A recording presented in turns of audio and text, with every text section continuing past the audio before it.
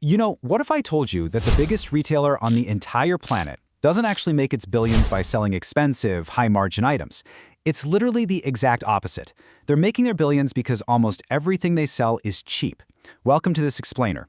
Today we're diving into what I like to call the ultimate retail paradox.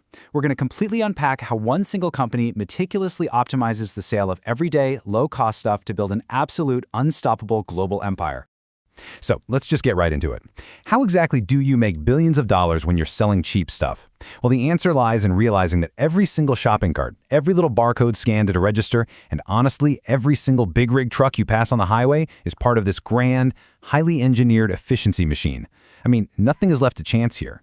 It's a system designed from the ground up to take these tiny, almost microscopic profit margins on individual items and then turn them into just enormous, market-dominating earnings. Here's our blueprint for today's explainer. First, we'll look at the low-cost empire, then mastering the supply chain. After that, we'll dive into tech and hidden margins, and finally, we'll wrap up with the future retail battlefield. All right, let's go. Part 1.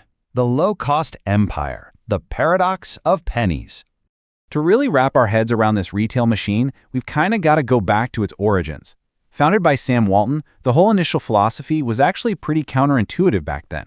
Instead of fighting it out in big cities, he targeted these ignored small towns. He promised everyday low prices and spent decades just building deep, rock-solid customer trust. And today, well, that translates to millions. We're talking millions of daily transactions happening across all their stores. You see, the core business model here is purely a volume game. They accept a much lower profit on each individual item than a traditional retailer ever would. But because they're processing millions upon millions of these transactions every single day, that massive volume scales up into unbelievable revenue. It's literally the textbook definition of making up in volume what you lose in margin. And this creates their core engine, something known as the flywheel effect. Because Walmart has those millions of daily transactions, they command massive scale. And that massive scale means suppliers are absolutely desperate to get their products onto Walmart's shelves so they can reach those customers. Because all these suppliers are fiercely competing for that premium shelf space, Walmart suddenly gains immense negotiating power. They use that leverage to essentially force suppliers to lower their costs.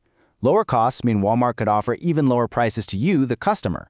Those lower prices attract even more customers, which gives Walmart even more scale, and, you guessed it, the wheel just keeps spinning, generating billions of dollars in the process.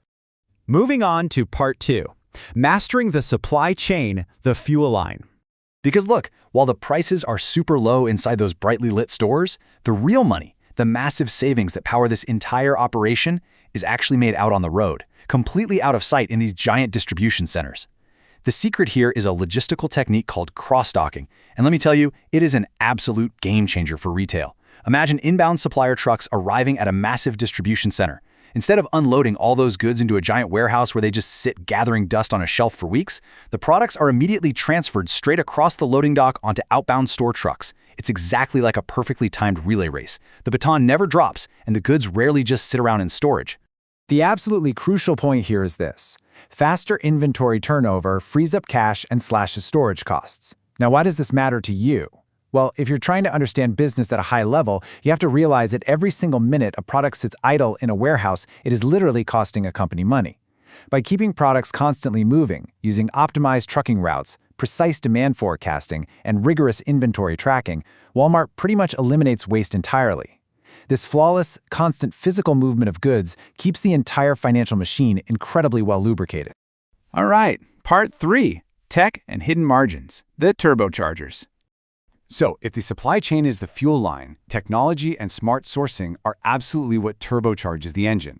Walmart really acts as this high-tech logistics marvel, squeezing out extra profit margins without ever having to raise prices on the consumer. Just notice the stark contrast between these two models. With a traditional national brand, the product flow usually goes from a third-party supplier to Walmart and then finally to the customer. Obviously, that supplier takes their cut. But with a private label model, think of Walmart's own great value brand, the flow goes directly from Walmart's sourcing right to the customer. By entirely cutting out the middleman, Walmart captures significantly higher margins for itself, all while still offering a final price tag that easily undercuts those big national brands.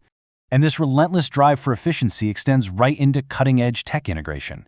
I mean, they aren't using simple spreadsheets anymore. They're deploying AI forecasting to predict exactly what customers are going to buy so they can optimize their stock. We're seeing self-checkout lanes drastically reducing front-end labor costs, warehouse robotics sorting those cross-docked packages at just lightning speed, and data-driven pricing that adjusts dynamically based on real-time demand.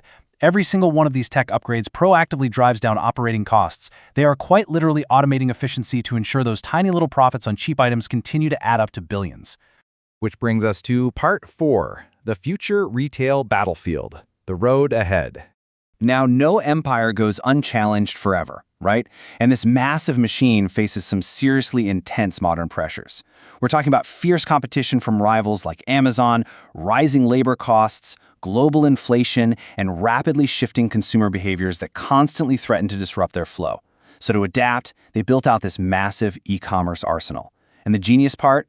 They aren't just trying to build thousands of new warehouses from scratch. Instead, they're leveraging the real estate they already have. They are actively transforming their massive, pre-existing footprint of everyday physical stores into highly efficient, localized e-commerce fulfillment hubs.